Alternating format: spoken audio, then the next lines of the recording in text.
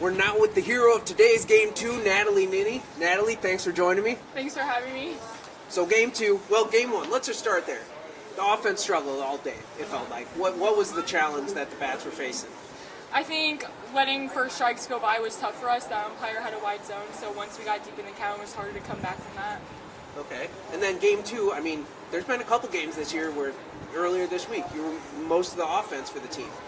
Game 2, kind of the same story. You hit a solo shot to give them the lead 2-1. You ended up losing the lead there late in the game, but your opportunity came. Final at bat. What's going through your mind in that at bat? Just put something in play? Yeah, put something in play. She started off way out, and so I thought she was going to intentionally walk me, and then I was like, if you're going to go out and up, I'm going to keep my hands out, and I'm going to hit something to right field on those outside pitches.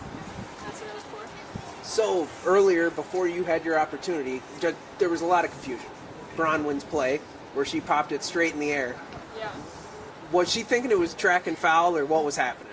I think she thought they were going to catch it, so she was kind of getting out the way, but then when we put the pressure on like that and they drop it, we run to first and then cause them to be confused. Do you know if that was what their coach was discussing, if Bronwyn had kind of given herself up and headed towards the dugout? I think so. Once the player does head to the dugout, I think they can say it's like out of play and they gave that play up, but the umpires ruled in our favor for that one, so. All right, and there's one last question. The wind was pretty vicious today. You noticed it on several balls in the air. What is the challenge? I mean, how can you combat that? Honestly, communication is the biggest part of that. If it's blowing in like that, you got to rely, like our infield needs to be talking because our outfielders, those plays in between, it makes it hard. So communicating through that. All right, Natalie, thanks for joining me. Congratulations, and go Cougars. Thank you. Go Cougs.